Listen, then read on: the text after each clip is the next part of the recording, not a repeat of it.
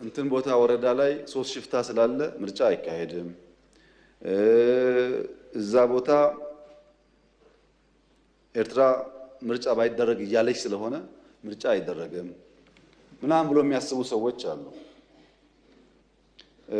ምርጫ ይደረጋል።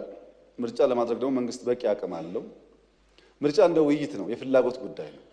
ሀሳብ አለኝ ፈልጋለሁ ያለ ሰው መሳተፍ ይችላል። እርግጠኛ ሆኜ የምነግራችሁ ስድስተኛው ሀገራዊ ምርጫ እስካሁን ከነበረ ምርጫ የተሻለ ነው። ድፍን ኢትዮጵያ ሕዝብ ያውቀዋል። ሰባተኛው ደግሞ ይሻላል። ይሄ ምክር ቤትም አሁን ያለው መልክ አይኖረውም ብዬ ነው ያስባለሁ።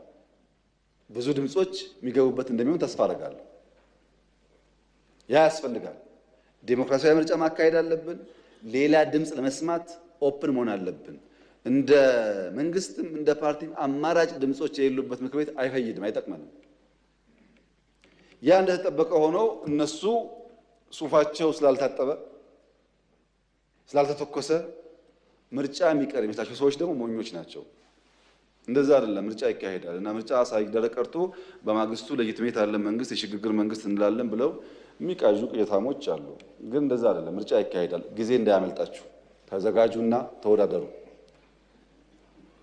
ምርጫ ለማድረግ እንኳን ዘንድሮ ባለፈው ምርጫ አካሄደናል እኮ እየተዋጋን እንኳን በባለፈው ምርጫ በ92 እኮ ኤርትራ ጋር እየተዋጋ ምርጫ አካሄደናል።